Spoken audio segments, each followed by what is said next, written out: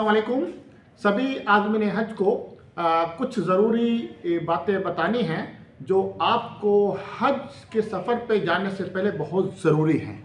देखिए, आपका जो इंस्टॉलमेंट जमा हो रहे हैं वो वक्तन वक्तन आपको इत्तला मिलती रहेगी और आपके जमा होते रहेंगे। सेकंड इंस्टॉलमेंट यानी सेकंड किस्त और थर्ड इंस्टॉलमेंट थर्ड किस्त भी जमा हो जाएगी आपकी टाइमली, क्योंकि आप लगातार राब्ते में हैं और हर कई सोर्सेज से आपको पता चल जाएगी। उसके लिए तो आप परेशान बिल्कुल ना हो, लेकिन आपको जो थोड़ा संजीदा होना है, जो थोड़े काम करना है, उस पर थोड़ी चर्चा करना ज़रूरी है। तो मैं आपको कुछ टिप्स बताता हूं जो आपके लिए बहुत ज़रूरी है और इस टाइम आप उन बातों पर ध्यान देकर अपने हज के सफ़र को आसान कर सकते हैं।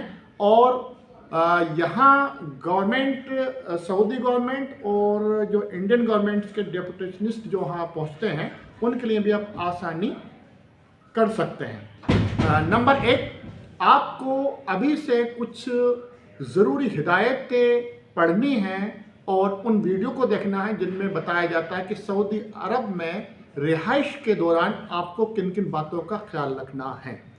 नंबर दो, वहाँ का जो आबो हवा है थोड़ी गर्म होती है। उस गर्म आबो हवा में आपको किस तरह से अपनी सेहत का और वहाँ पर रहने का आपको ख्याल रखना है। जैसे कि आपका वहाँ पर रिहाइश मई और जून में होगी, और मई जून बहुत ही गर्म जो है महीने होते हैं। टेम्परेचर के हिसाब से देखें तो वहाँ पर दर्जे हरारत 42, 45, 46 डिग्री तक, 48 डिग्री तक चला जाता है। तो इन बातों को आपको ख्याल रखना है कि वहाँ आपको कैसे रहना है। उनके लिए मैं चंद आपको बातें बताता हूँ। नंबर एक, आपको कॉटन के कपड़े साथ ले जाने हैं और कोशिश करें सफ़ेद ही कपड़े हों ज़्यादातर।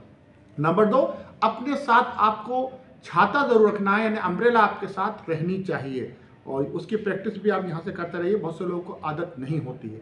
नंबर तीन, सर पे रखने के लिए कोई गमछा, कोई मोटी टोपी या कोई कैप ज़रूर लगाइए वहाँ पर रहने के दौरान। आगे आपको एक चश्मा रखना है जो धूप की तपिश से और धूप में जब आप वहाँ मताप में होते हैं या मस्जिद नबी में होते हैं बाहर सहन में, तो सूरज की जो रोशनी पड़ती है उसका जो रिफ्लेक्शन आपकी आंखों में पड़ता है वो बहुत नुकसानदेह होता है। तो इसलिए आप थोड़ा धूप का एक चश्मा भी अपने साथ रखिए और उसको लगाने की अभी कोशिश कीजिए। और जो लोग चश्मा ऑलरेडी लगाते हैं पहले से नज़र का, उसके वो 2 सेट अपने साथ रखेंगे ताकि आपको वहाँ किसी तरह की कोई परेशानी नहीं उठानी पड़े। इसके साथ साथ एक बहुत अहम काम आपको करना है, वो है आपको पानी पीते रहना है। पानी पीने की अभी से प्रैक्टिस करनी है। पानी अगर आपके जिस्म में रहेगा ज़्यादा से ज़्यादा तो आपको बहुत सारी परेशानियों से आप बच सकते हैं। पानी के साथ साथ जूस भी पीते रहिए वहाँ पर रहने के दौरान। और खाने में तला भुना और ज़्यादा तीखे आइटम आपको नहीं खाने हैं।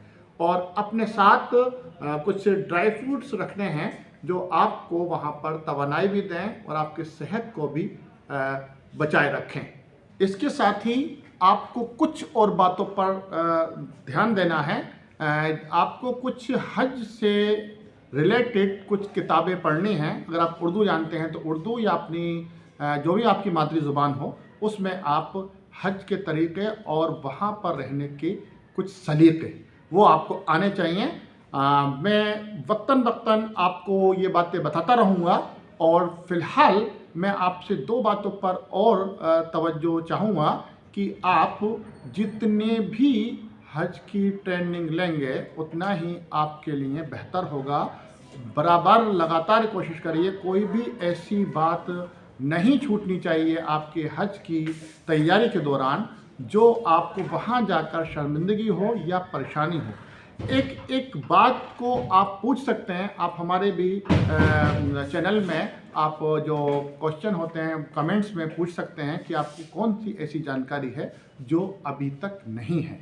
देखिए, वहाँ पर आपको जो इंटरेक्शन होता है, वहाँ से बातचीत करने का जो बीच में आपके मीडिएटर होते हैं वो हमारे हिंदुस्तानी जो लोग हैं जो आपकी खिदमत के लिए वहाँ लगाए जाते हैं हज कमेटी और CGI की तरफ से, वो लोग होते हैं। आप अपनी हर छोटी बड़ी बात उनसे आप शेयर कर सकते हैं, अपनी कोई भी परेशानी वहाँ जाकर सलीके से बता सकते हैं।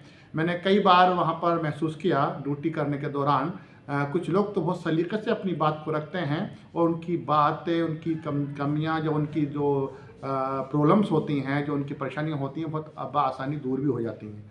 कुछ लोग वहाँ पर बहुत ही ज़्यादा गुस्से में होते हैं और कुछ परेशानी की वजह से कुछ वहाँ अकेला महसूस करते हैं और अपने आप पर काबू नहीं कर पाते, तो वहाँ जाकर वो बदकलामी करते हैं, जिससे उनका हज भी ख़राब होता है और काम करने में रुकावटें भी पैदा होती हैं और एक अच्छा मैसेज भी नहीं आता कि हमारे इंडियन हाजी इस तरह की गड़बड़ियाँ करते हैं। तो ये कुछ बातों का आप ख्याल रखिए, अपने आप को बहुत ही पोलाइट रखिए, अपने आप को बहुत ही मुलायमियत से अपनी बात को कहने का सलीका हमें आना चाहिए, तो हम बड़ी बड़ी परेशानियों से जो हैं हम निजात पा सकते हैं। और हमसे अगर बात करने का, अपनी बात को बताने का सलीका ही नहीं आए, तो हम बनी हुई बात भी बिगाड़ देते हैं। ये आपको अच्छी तरह पता होना चाहिए। और हुज़ूर सल्लल्लाहु अलैहि वसल्लम की हदीस भी है कि इस दुनिया में वही लोग सबसे अच्छे होते हैं जिनके अखलाक सबसे अच्छे होते हैं। तो हमें कोशिश ये करनी है कि अपने अखलाक को बहुत ही अच्छा करना है। और ये आपको अल्लाह ताला ने मौका दिया है हज की सफ़र पे जाने का। ये आपके लिए एक मौका है कि अपने आप को बेहतर से बेहतर बनाने की कोशिश कीजिए और उसकी प्रैक्टिस, उसके आप तरबियत अभी से कीजिए कि अपनी बातचीत में ऐसा अपने बोलने के अंदाज में इतनी मुलायमत लाइए कि सामने वाला आपको देखकर एकदम खुश हो जाए कि भाई हमें तो इनकी बात सुननी है। और वो जब ही होगा जब हम इसकी बार बार प्रैक्टिस करें, रिहर्सल करें, बार बार हम बार बार अपने साथियों के साथ अच्छा अंदाज में बातचीत करें। कुछ अच्छे अल्फाज भी हमें अगर नहीं आते तो सीख लें, ताकि कोई आपको काम करे तो शुक्र, जज़ाकल्लाह, शुक्रिया, थैंक्स, इस तरह के कुछ अल्फाज हमें हर वक्त अपनी ज़ुबान पर रखने चाहिए। और चेहरे पर जहाँ तक मुमकिन हो सके हमें मुस्कुराहट रखनी चाहिए। मुस्कुराना भी एक सदका है, इस बात का भी हमें ख्याल रखना है। और तो मैं समझता हूँ आप वो छोटी छोटी बातों का अगर ख्याल रखेंगे तो हज का ये सफ़र बहुत ही अच्छा हो जाएगा।